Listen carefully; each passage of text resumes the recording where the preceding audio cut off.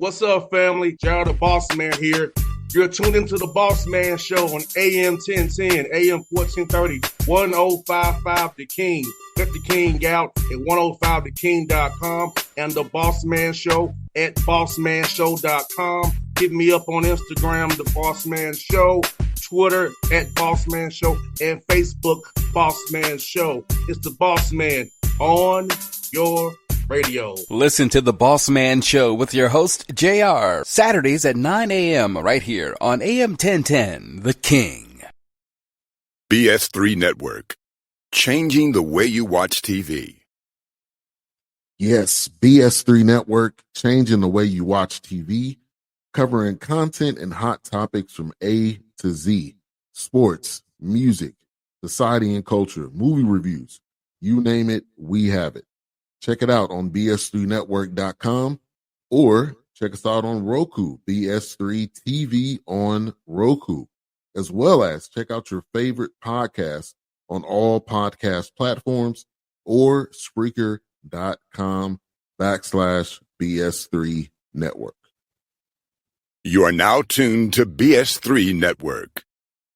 All right, folks, back on the Bossman Show. Some of the screens, friends of the show, head coach of the Queens, my man Leonard. He got his top assistant DB with him, who I saw this weekend. Had a great time with those guys. Gee, DB, what is up, man?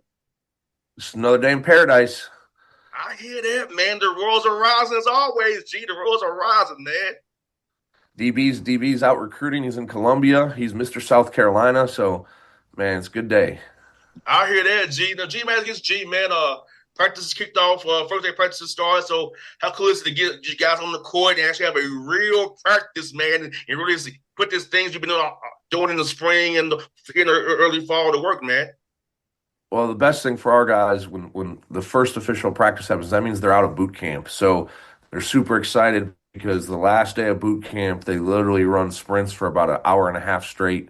So they're done with boot camp, and so we're getting ready. And this weekend is actually family and parents weekend, and so we're going to host about 4 recruits, and it's a great start to the year, man. It's like it's fall and basketball season's right here.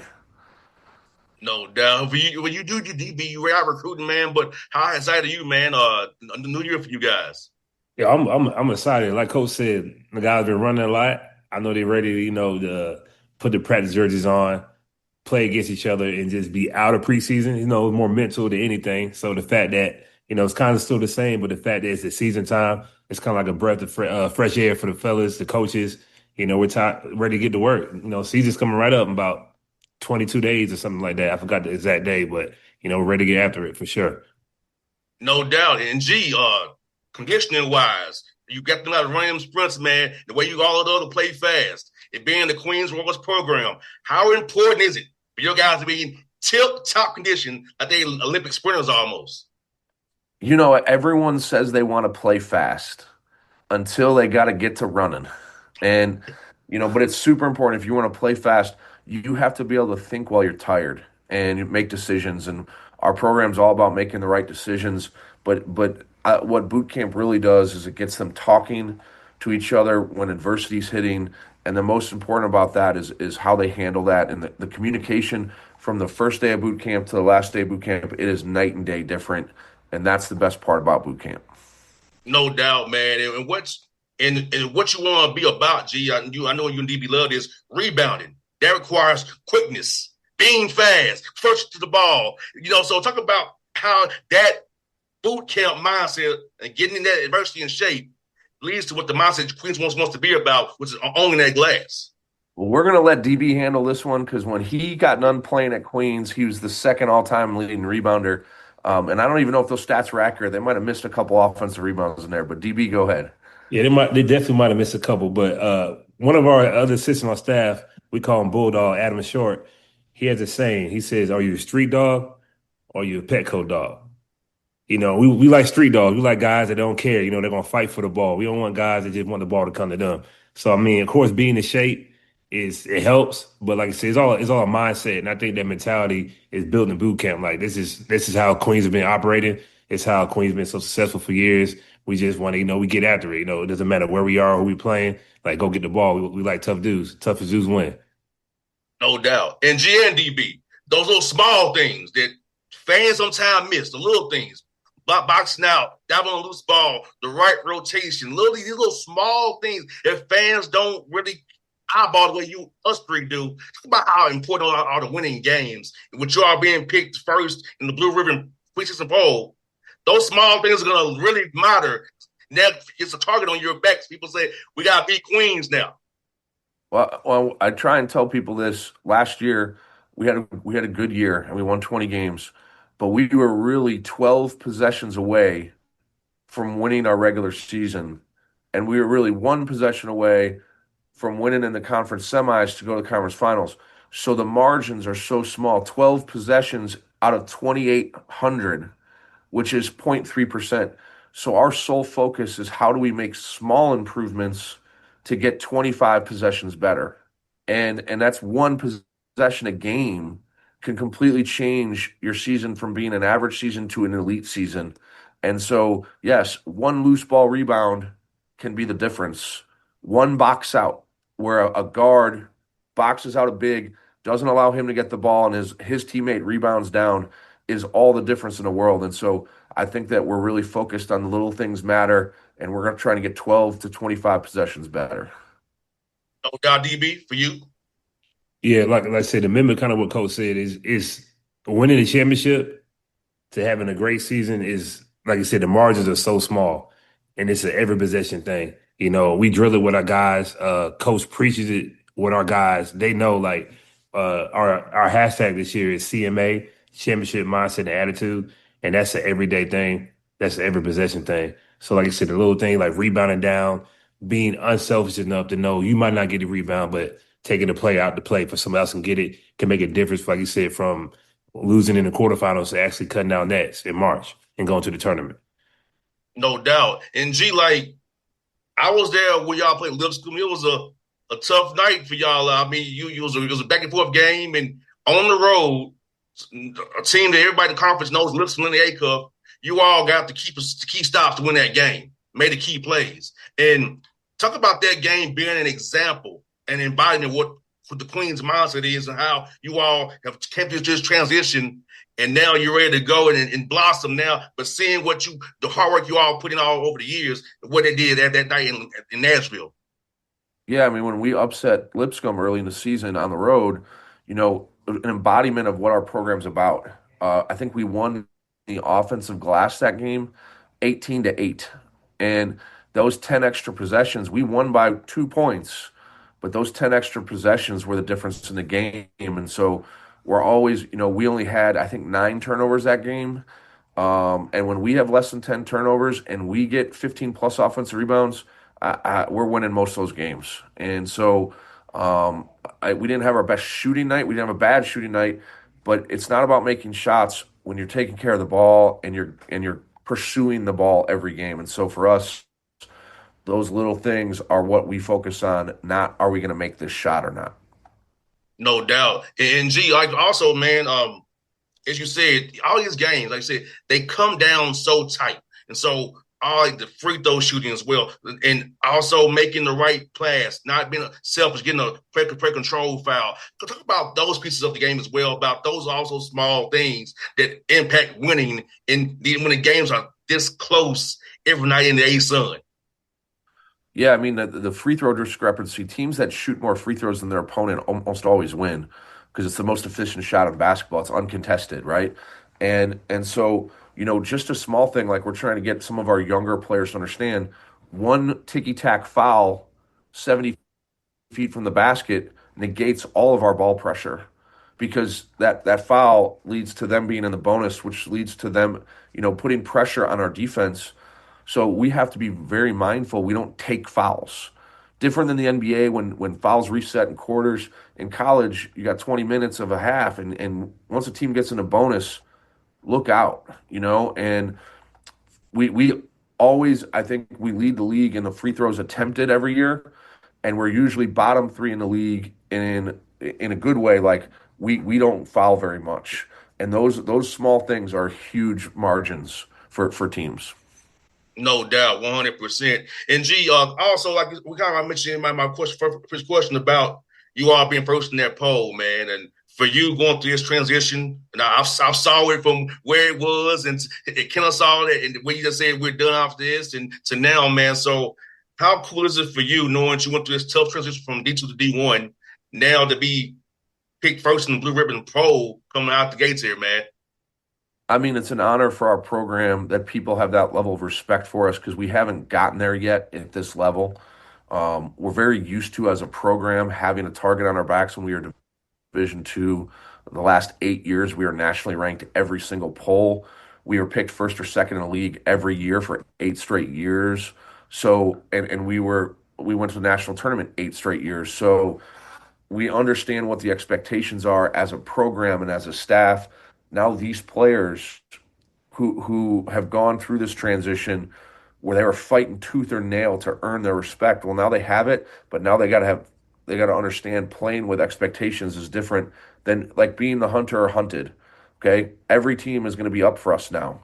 We're not. No one's going to take a night off because they think, hey, well, this is the team that's been picked to win the league in multiple publications, and our guys got to learn that you better bring it every single day because those teams are going to play with extra energy because Queens is now a big game again, like we were before. No doubt, G, 100%. And G, indeed, look at the roster, man. You have a lot of youth in your program. And even this portal and transfer and NIL era world, how crucial is it to have young guys in the program you can grow and develop as players, to have that pipeline still growing strong and finding the right fit for you guys? I'm gonna let DB handle this because development is a huge part of our program, and honestly, the guys the assistants, they're the ones working with those guys every day. But development's a big deal. So DB, go ahead. I would say G has a great formula for recruiting. I'm not going to give out the secret formula, Don't do that. Don't do that. for the competition. But I will say I think the biggest thing that we have in our program is that we recruit winners. We have a lot of guys that have won. It doesn't matter the level. Winning is hard at the recreational level. So I think it's all mindset. So guys that win, they know what it takes to win. They know what it looks like every single day, and they know when we bring the expectation, like, hey, man, you come here, you got to work every single day. Like, we're going to try to get it out of you. And they love being in the gym. Great group of guys that mess well. Their families are great. And I think once you add all that together and you put them all in the same room, it translates to winning on the court. So, like I said, we have some young guys, but they're winners. They're really good players, just to name like Jordan Wofford, Isaiah Henry, the two freshmen, Denzel Coles from Virginia. Like, they all been winners. They won at multiple levels. So, like I said, we just recruit winners and good kids, and they bring it on the court. And you really watch those kids. The reason why they're at Queens is maybe other teams didn't value certain things that they did. We did because they're winners, and we think over time those things that those other schools didn't value, we can develop those things, and get guys to understand what their strengths are. And so, Jordan Watford, people didn't know what position he was. I had a clear vision for his position, so he felt comfortable with our vision, with what we were doing, and so. For us, we've always done well with guys that maybe don't have a position. Well, I think their position is being a good basketball player, and that's why they've won, and that's why we were interested in them. No doubt, G. And G, I'm asking you in DB's question, like, how has roster building changed for you all in this era? Because it's always ever changing. You always have to find the right mix, and have the same mix every year. So for you all, how has it been to adjust to this new way of roster building every year now and making sure still find the right fit, but having to know you guys have to tweak the roster here and there, make the right fit each year to make it all do what you need to do prior to the old way? Very fortunate because the Queens community is such a loving and encompassing community. So we lose less players than most. So we return the most in the league, and I think that for us is a pillar of strength, our stability. So instead of recruiting 12, 10 players, we're recruiting 7 or 8, but keeping 4 or 5 guys every year that played a lot has been a huge thing for our growth as a program. And it allowed us to build our roster around our returning players with a clear vision in mind. Hey, what players are going to complement those guys returning? And it gave us, I think, an advantage in the portal because we were able to target the guys we wanted and execute that vision. No doubt. DB? Yeah, like I said, I would say the biggest recruits we have are the guys in our locker room, every single day. So, and like Coach said, they want to be at Queens. So it made it easy to, hey, we need a few pieces to complement what we already have. We didn't have to replenish 15 guys like most teams are doing every single year now. So, like I said, we recruited our own guys every single day. They love being here. We love having them there. And we found some great addition pieces in the portal and through the high school. And like I said, we just love the team that we have right now. No doubt, man. And talk about what guy in your program now, Chris Ashby, also in the same career poll. We see some preseason player of the year. And talk about his growth and development in the program, G, and how happy you are for his arc and where he can go as after this year professionally, man. It's an amazing story, man. I mean, Chris Ashby, literally, this is not a joke. Out of high school and his first year at junior college, he never talked to a Division I head coach ever, ever. And to think about that, like no one really wanted him. He's 6'1", he wasn't super athletic. And to go from that to being the preseason conference player of the year is a testament to what his work ethic is. In 25 years of coaching, I've never had a player with the practice habits he has. Every single rep, I'm talking about the 20 minutes before practice when guys are getting loose, he's game speed. He's game speed 7 a.m. When I walk in the morning and I'm watching, I know the ball's bouncing. I already know who's in the gym. It's Chris, and he's going game speed. And that's how Chris goes from a guy that no one really wanted, almost like a recruiting castaway, to an all-conference player to preseason player of the year, is because of how he works and how he approaches it.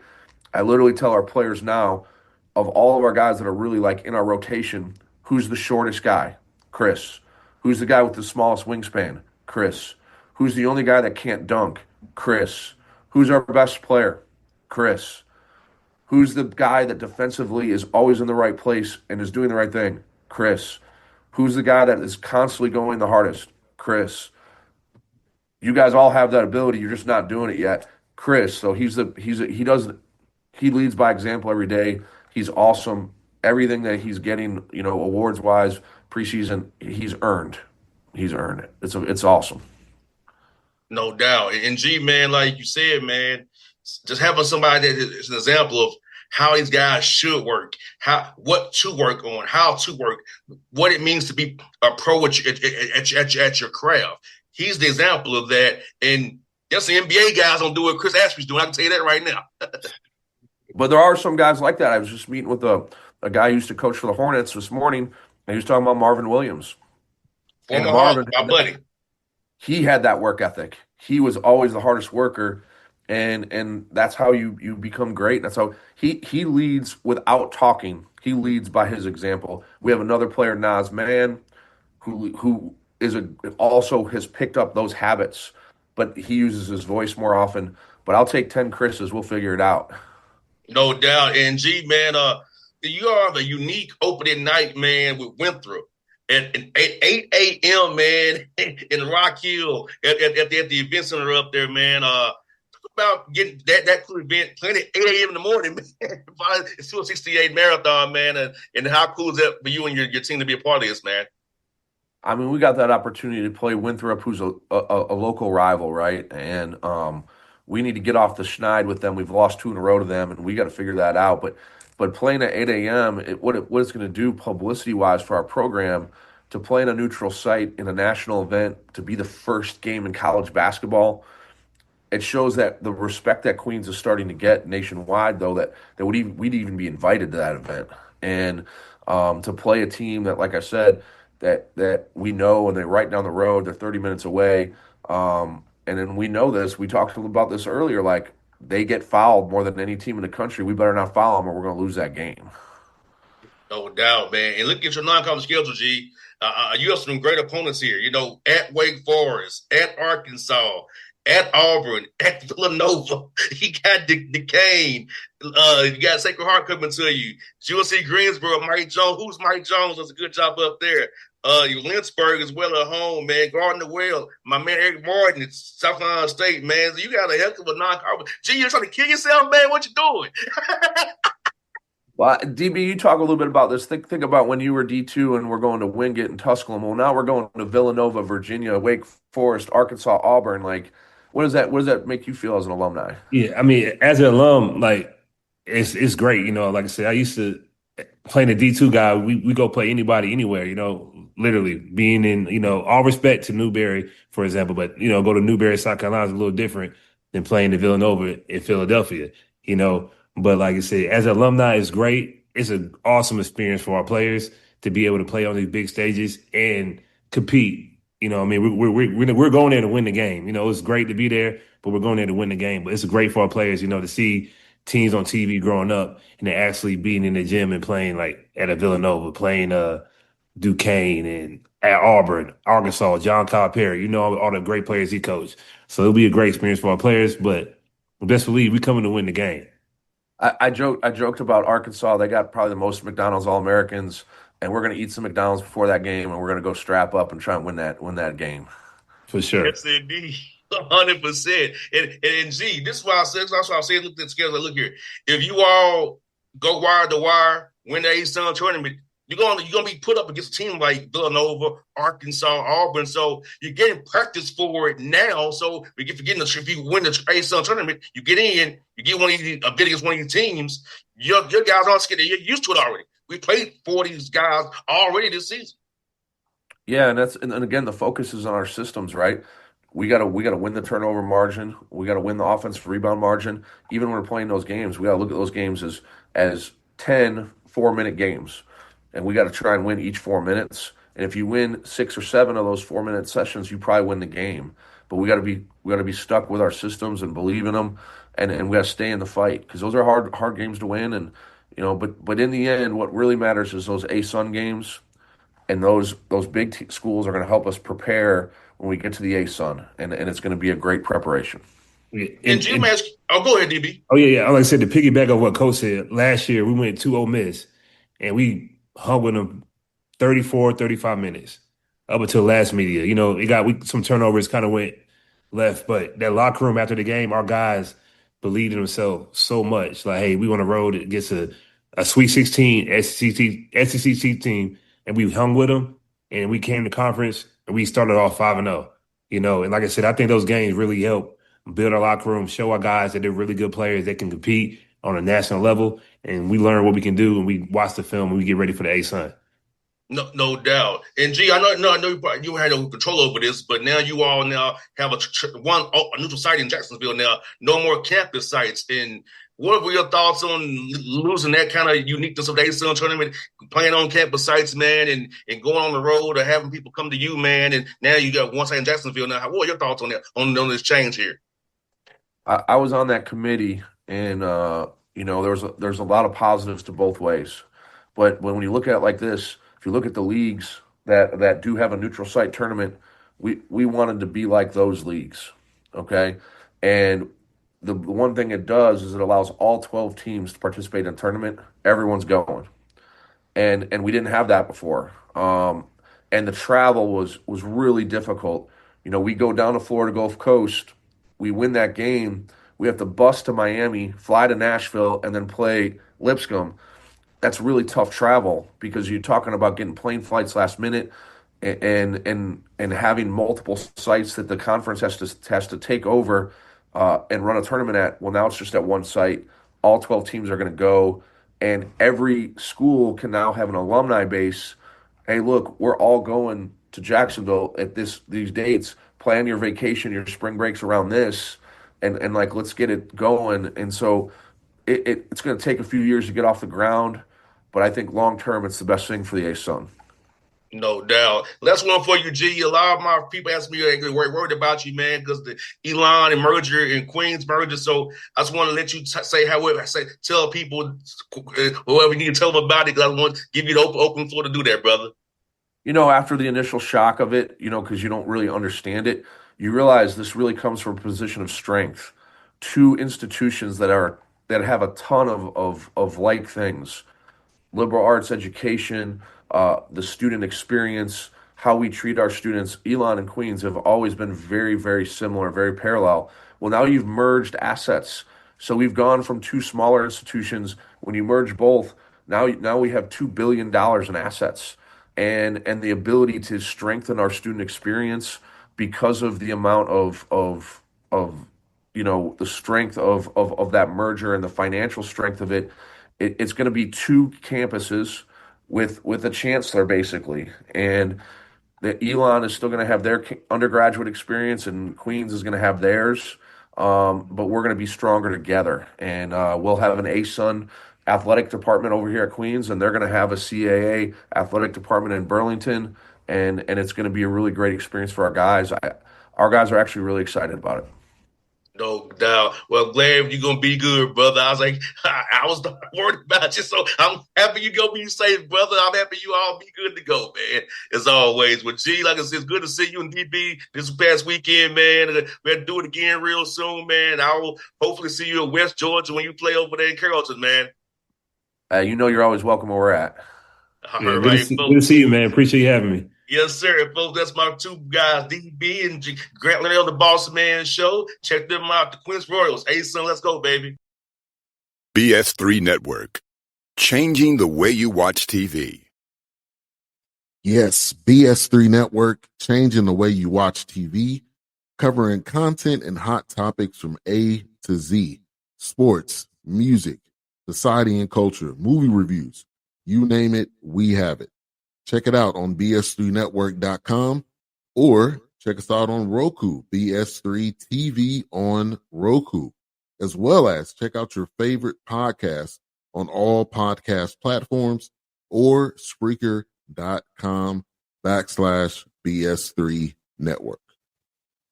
You are now tuned to BS3 Network. What's up, family? Gerald the Boss Man here. You're tuned into the Boss Man Show on AM 1010, AM 1430, 1055 The King. Let the King out at 105theking.com and the Boss Man Show at bossmanshow.com. Hit me up on Instagram, The Boss Man Show, Twitter at Boss Man Show, and Facebook, Boss Man Show. It's the Boss Man on your radio. Listen to The Boss Man Show with your host, JR, Saturdays at 9 a.m. right here on AM 1010, The King.